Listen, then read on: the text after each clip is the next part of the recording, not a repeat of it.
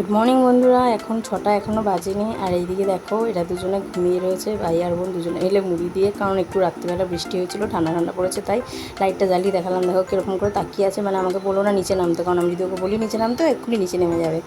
তো যাতে চোখ মুখটা দেখো কেমন করে আছে ঢং, যাতে না বলি নিচে নামতে। তো যাই হোক, আজকে হলো শুক্রবার, আর তারিখটা কত ছিল? আর তারিখটা হচ্ছে 21। আর এখন 6টা মতো বাজে, মানে এখনও বাজেনি 6টা। দেখেছো আদরে কত বড়। তো চলো, সারা সকালটা এইটুকুনি দেখালাম। তো এখন বাজে বিকেল, মেয়েকে পড়তে দিয়ে এসেছি, মানে কম্পিউটারে 5টার সময় দিয়ে আসার পরে এইদিকে দেখো আমি হেঁটে যাচ্ছি বাপের বাড়ির দিকে। একটু দোকানে গেছিলাম একটু চুটুর পুটুর কিছু কেনার জন্য। তো চা দিয়ে খাবো বলে মা ওদিকে চা বসাচ্ছে বা বসিয়ে ফেলেছে, আমি ঠিক জানি না। তো এই যে আমাদের গলি দিয়ে দেখতে পাচ্ছ কী কী নিয়েছি। এদিকে কাজু বিস্কুট, আর ওদিকে হচ্ছে ঝাল ঝাল ছোলা বাদাম, না বাদাম নয় সরি ছোলা। তো এই যে আমাদের বাড়ি, আর এই যে আমার গাড়ি। তো চলো ভেতরে ঢোকা যাক, দেখি কী করছে মা। ওই দেখলে মা জল ভরছে ওদিকে আর ফিল্টার থেকে। আর এদিকে বাবা বসে আছে চেয়ারের থেকে, আবার বিছনায় উঠে গেছে, আজকে চেয়ারেই বসে থাকে। তো চলো দেখি, মা এখন চাটা এখন ভালো করতে শিখে গেছে। তো তার জন্য শিখে গেছে বলতে বলা ভুল, মায়ের থেকেই তো সব কিছু শেখা। মানে একটা দুধের প্যাকেট থাকলে যদি 10 জন থাকে যেরকম হয় সেরকম। তো আজকে আমরা 3 জনে ছিলাম। তো একদম ঘন ঘন কড়া কড়া চা করেছে, যেরকম আমি খেতে ভালোবাসি চিনি ছাড়া। তো এদিকে দেখো আমি চা বিস্কিট নিয়ে বসে গেছি।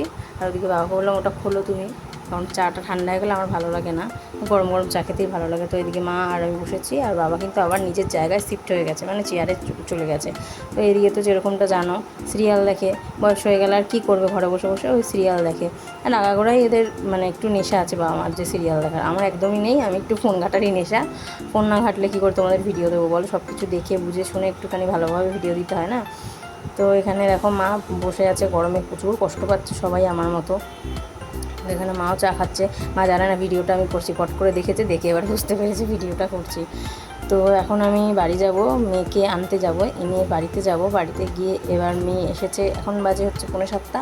মেয়েকে মোটা করে ছাতু বুলিয়ে দিলাম, কারণ এখন এখান থেকে যাবে সেই অমূল্য কাননে পড়তে যাবে। এখন 7টা বাজতে যায়, তো 7টা 10-15 মধ্যে ঢুকে যাবে, সায়েন্স ম্যামের কাছে পড়তে যাবে। তো তার জন্য খাইয়ে দিলাম, বাইরে কিছু তো খাওয়াবো না, বা খেতেও যায় না। তো এদিকে মোটা করে ছাতুটা গুলিয়ে দিলাম। আর খাওয়ানোর সময় খ্যাক খ্যাক করে কাশছিল, মানে হয়তো গলার মধ্যে একটুখানি ঠেকছিল। তো মেয়েকে পড়তে দিয়ে এসে আমি একা একা কী বা করবো। তো দেখো আমি কী করছি, মেয়েকে পড়তে দিয়ে এসে এদিকে আমি লাইট টাইট বন্ধ করে গান চালিয়ে দিয়েছি। গান চালানোর পরে যেটা হয়, একা একা থাকলে মনের সাধে একদম জোরে জোরে গান করছি। জানি না তোমাদের কেমন লাগবে দেখতে। আজে বাজে ফালতু যে সাউন্ডগুলো হচ্ছে ওগুলোকে কিছু কানে নিও না, তোমরা একটু ইগনোর করো। তো আজকে এইভাবেই আমি সারা সন্ধেটা কাটিয়ে দিলাম, কেউ নেই, একা একা কী করবো। তো তারপরে আমার পাশের বাড়ির একজন বান্ধবী এসেছিলো, সোমা, সে তার সাথে একটু গল্প করলাম। তারপরে ওর বাবা এসে বাজার দোকান দিয়ে গেল। তো বাজার দোকান দিয়ে যাওয়ার পরে ওগুলো দিয়ে একটু তরকারি বানালাম। তো চলো দেখা যাক কী তরকারি বানিয়েছি। তো একটার পরে একটা গান চালাচ্ছি, মানে প্রায় সেই 7টা 20 থেকে আমি গান চালানো স্টার্ট করেছি। আর তখন কটা বাজে, 9টা 20, 10-20 অবধি আমি গান শুনে গেছি কনস্ট্যান্ট। কারণ এখন সুবিধা হয়েছে, একটা ফোনে নেট চালাই আর একটা ফোনে গান চালাই, তো অসুবিধা নেই, ফোন আসলেও ফোন ধরতে পারি। আগে যেটা অসুবিধা হতো, শুধু ফোন আসতো আর গানের 12টা বেজে যেত, আর বিরক্তিও লাগতো। এদিকে দেখো এবার আমি লাইট টাইট জ্বালিয়ে তরকারি কেটে নিয়েছি। কেটে নেওয়ার পরে এদিকে দেখো এখনও কিন্তু গান চলছে, ঠিক আছে। আর আমি যত গান শুনি সব রোম্যান্টিক সং। আর এই ছোটো বক্সটা দিয়েছিল আমার একজন কাকি, তো এটা দেওয়ার জন্য আমার খুব উপকার হয়েছে। আমি ভালোভাবে গান শুনতে পারি, আর অন্য ফালতু বাজে কোনো সাউন্ড আমার কানে আসে না, যেগুলো আমাদের আশেপাশে হয়।